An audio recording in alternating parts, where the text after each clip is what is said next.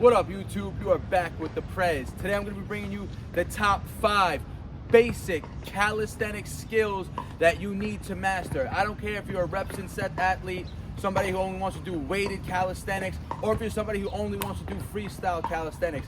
If you're a beginner, you need to work on mastering these 5 basic calisthenic skills. It's going to take your reps and sets to the next level. It'll help you take your freestyle work to the next level, as well as your weighted calisthenics. It's going to help build a general amount of body weight awareness, strength, and skill. Let's get into it. All right, guys, first up on the list, and I've talked about this exercise for years. Since I started my channel, this has always been the first staple skill movement that I teach all my clients and that I preach everybody should master, right? And it's going to be a simple full body weight LSIT. Now, guys, the reason why you want to master an LSIT first is because it's going to build a ton of upper body strength. Your shoulders are engaged, your lats are engaged, your chest is engaged, core is engaged. And again, if you're training your legs, which you should be if you're a calisthenic athlete, the lighter and the less you train your legs, this will be easier, right? But you want to train your legs, right? You don't want to make heavy legs be an excuse for you not to be able to complete calisthenic skills or to be able to build an overall well-rounded aesthetic physique, right? You don't just want to be top heavy, you got to train the legs as well, guys. So don't let legs be an excuse. And first things first, guys, full LSIT. And these are all going to be scalable exercises. So the first progression to building up strength for an LSIT is you want to just be able to do regular, just straight up body weight dip support holds.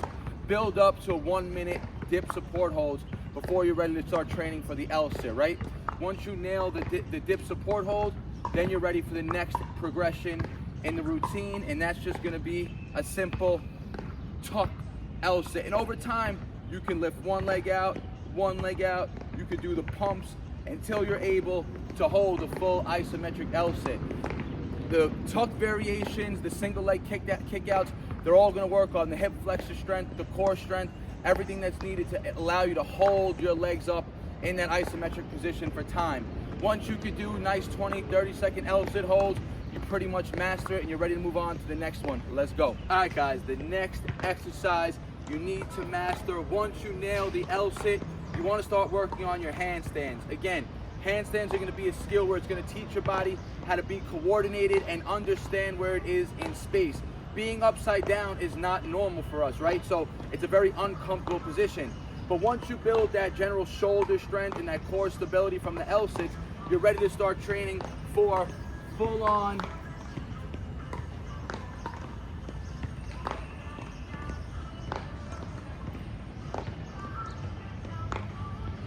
handstand holds, right? You don't got to train for the push-up yet. That's going to come in time. But again, like I said, all of these have regressions. So you do not need to build up pushing shoulder strength to do handstands. All you got to do is build shoulder endurance and general shoulder strength, right? Not pushing strength. So the way you start learning your handstands, guys, is you find a wall. Place your hands about 6 inches from the wall and just about shoulder width apart.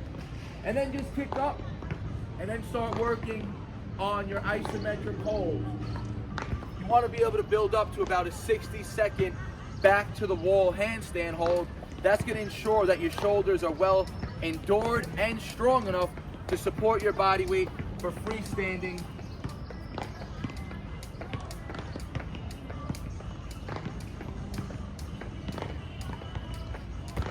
handstand holds.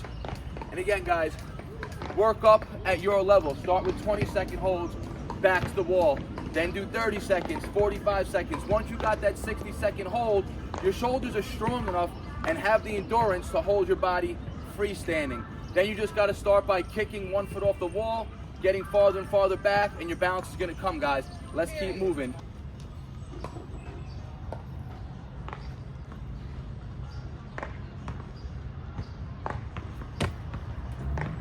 All right, guys, the next exercise you need to start training for to master are going to be this back lever hold, right? Now, again, another exercise that's very scalable. It looks harder than it is. It is not a hard exercise to accomplish. I haven't done a back lever in 4 years. That was the first one I've done in literally 4 years. So I still have the skill. Again, it's very strength demanding where you have to really grip that bar, But in order to, to get that full line, it's not that hard, right? It's a lot easier variation than things like front levers and planches, right? Just due to the fact that we're actually getting a full rotation around the shoulder joint, and that kind of locks us in place, right? We don't have to really worry about pulling. We just have to make sure that we're anchored to that bar, gripping it strong and extending our body, right? And again, just like everything, there's regressions for this. So you want to be able to build up to ideally, maybe 10 to 15 second back lever holds. But you start with simple movements like skin the cats, guys, which I'll demonstrate from the front here. And I'm doing these on the neutral bars because it's easier to learn this on the neutral bar. If you're on a straight bar like this, you have to get your body through the bar, right? And you might not be able to compress as much at first, right? So in order to get better and to help your body understand that rotation and inverting backwards, you could train it on a parallel bar like this, right? So it's gonna be a lot easier now to get into that skin the cat. You start here, start with some reps like this. Then you could go into tuck back lever holds. Then you can start opening up. And over time, you're gonna build that strength and that core engagement, that glute engagement, that again, all you gotta do is lengthen the body out and just work on really squeezing that bar tight, and you're gonna be in a back lever, guys. It's not a complicated movement, but first you gotta master the LSIT. You gotta master handstands first so you understand where your body is in space. Because once you start to invert now, going upside down, you don't wanna feel discombobulated and not aware of where you are, right? So start with skin the cats, then move into tuck back lever holds, and then you're gonna be at a full back lever. Let's keep going. All right, guys, the fourth movement you need to master is gonna be a tucked planche variation. So if you notice, we're going down the line with easiest to hardest. The easiest is gonna be the LSIT, then the handstand holds, then the back levers. Now these tuck planches, you have to be able to do handstand pushes. You have to have good shoulder strength and mobility in order to do these tuck planche holds, right? Because again, to advance towards the more advanced movements like a full planche or planche push-ups, you gotta have really strong shoulders, really good core engagement, right? So exercise 4 is gonna be a tuck planche hold. Now again, another very scalable movement. So tuck planche hold looks just like this, guys. And see, look, shoulders are feeling it right now from all the demos I'm doing. So let's do that again. Let's give you another demonstration here. And basically all it is it's a nice compression of the core, and it's a straight arm movement where we're rotating our pelvis higher, placing the load onto our shoulders and our delts mainly, right? Upper chest gets a little bit of engagement. But again, a tuck planche is a beginner basic straight arm movement skill that you need to start mastering. And the way you start working towards them, again, you can start in your beginner LSIT tuck, then you can tuck back into it. 1, 2, 3. And over time, those little seconds that you're holding in the tuck planche, they're gonna increase. You're gonna be able to hold 2 seconds, 3 seconds. You wanna be able to build up to about a 10-second hold to ensure that you master the skills. I didn't get a 10-second hold there. I've literally been going through these exercises one after another, from LSIT to handstand to back lever, and they're all very demanding on the shoulders, right? They're all straight arm movements. Straight arm movements, they're all gonna involve the shoulder joint. So this is all these movements are gonna really strengthen and train the shoulders to be strong, mobile, and functional, right? And almost bulletproof. But again, they're gonna be demanding, right? So I always recommend when I'm training one skill like this, I'm doing a whole session of just that skill. So if you're a beginner, one day you're practicing LSITs, 10 sets of LSITs, 10 sets of handstands on another day, 10 sets of back levers on another day. This way we're not carrying over from one exercise to the other exercise and having carried over fatigue, right? This allows you to train them and master them individually before you move on to the next one.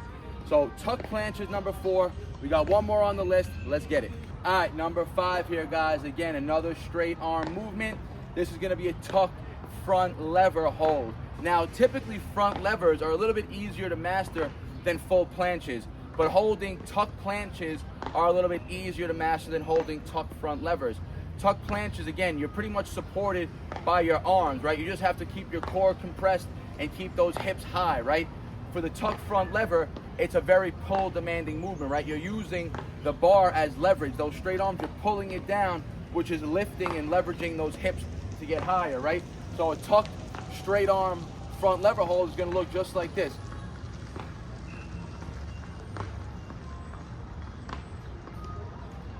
And again, guys, another very scalable movement. Before you want to be able to master, before you can even master that, you should be able to do nice 10 toe to bar reps, right? Where we're getting that pelvis high, keeping the arms locked out, not bending from the elbows, right? Because remember, a front lever, a planche, all these movements are straight arm exercises in their isometric position, right? You can make them dynamic by going into repetition, but we're just doing the the isometric skill components today, guys.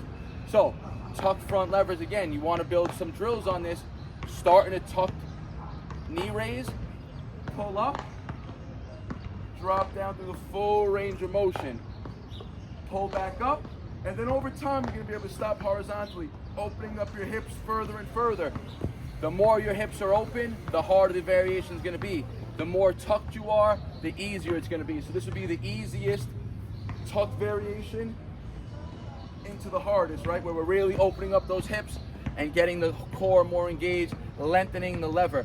Same thing goes for the planche, the tuck planche pushes, which again for me, due to my elbow injury, my right elbow, they're a lot harder of an exercise for me as of late because my right shoulder never gets that full lockout stability. So the tuck planches as of late have been a movement that are very hard for me just to accomplish and even just hold isometrically. Because again, that straight arm position, my right arm doesn't ever get straight, and I have to use a lot of tricep and shoulder engagement to support that hold on the dip bar. That's why for me, that was the hardest move for me to demonstrate right there. And I was still able to demonstrate everything else here, guys. So these are the top 5 basic calisthenic exercises that everybody should work on mastering. Again, whether you want to be a weighted calisthenic athlete and you're just training for 1 rep max, whether you want to be a freestyle athlete where you're doing tricks on the bar, or just somebody that likes to do reps and sets, these are the basic skills that everybody should master in order to call yourself a calisthenic athlete. I hope you guys enjoyed the video. If you have a question or comment, leave it in the comment section.